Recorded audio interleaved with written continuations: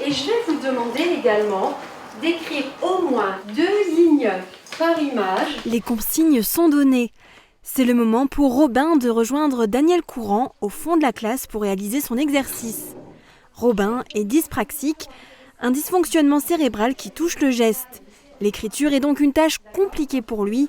Il a notamment du mal à se concentrer simultanément sur les consignes et sur l'écriture. Un trouble qui lui pose des difficultés dans sa scolarité. Pour l'aider, il peut compter sur Daniel Courant à ESH. Donc la stratégie est de m'utiliser en tant que crayon. Lui et le cerveau, moi je suis son stylo et tout se passe très bien. Qu'est-ce que tu peux encore rajouter par rapport à ce voleur? Regarde bien l'image. Le voleur panique. Le voleur panique. Les consignes de la maîtresse, je vais les réadapter, je vais les répéter plusieurs fois pour qu'il l'intègre bien. Et à la fin, je lui fais répéter ce que je lui ai dit pour être sûre qu'il a bien compris ce qu'il faut qu'il fasse. Depuis 5 ans, Daniel Courant accompagne des élèves de l'école du centre d'Ambar qui sont en situation de handicap. Cela peut être des troubles 10 ou des troubles autistiques par exemple. Elle s'occupe ici de 2 élèves, une demi-journée avec l'un, puis quelques heures avec son camarade en fonction de leurs besoins.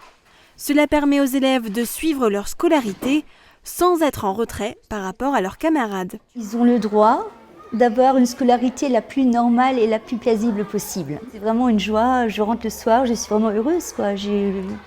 L'enfant a réussi, même malgré ses difficultés, à suivre un cours mélangé avec des enfants dits normaux. Je vais corriger tout ça et puis la semaine prochaine, on essayera d'améliorer tout ça. D'accord?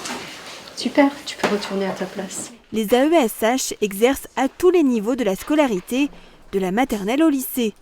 On retrouve Rachel Henry qui accompagne 3 élèves du collège de Putelange-au-Lac. Elle a rejoint Cristobal dans son cours de français. Rachel Henry n'a pas besoin d'écrire à sa place car pour l'aider, il peut utiliser son ordinateur portable.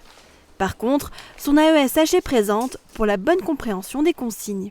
La phrase à pas dire, c'est « t'as compris ?» parce qu'il dira toujours oui. C'est « qu'est-ce qu'il faut faire ?»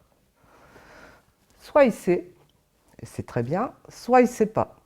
Il ne sait pas, alors j'essaye de ruser et je lui dis « moi non plus, je ne sais pas ». Il a 2 choix, soit il lève la main, il demande au professeur, soit il y a l'étincelle dans son œil qui dit « elle n'a rien compris ». Et il se prend un malin plaisir à me l'expliquer.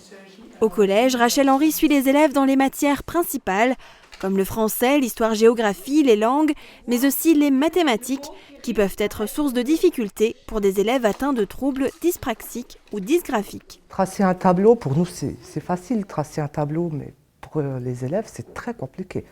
Donc, je ne vais pas tracer le tableau à leur place, ça ne servira à rien puisque je sais le faire.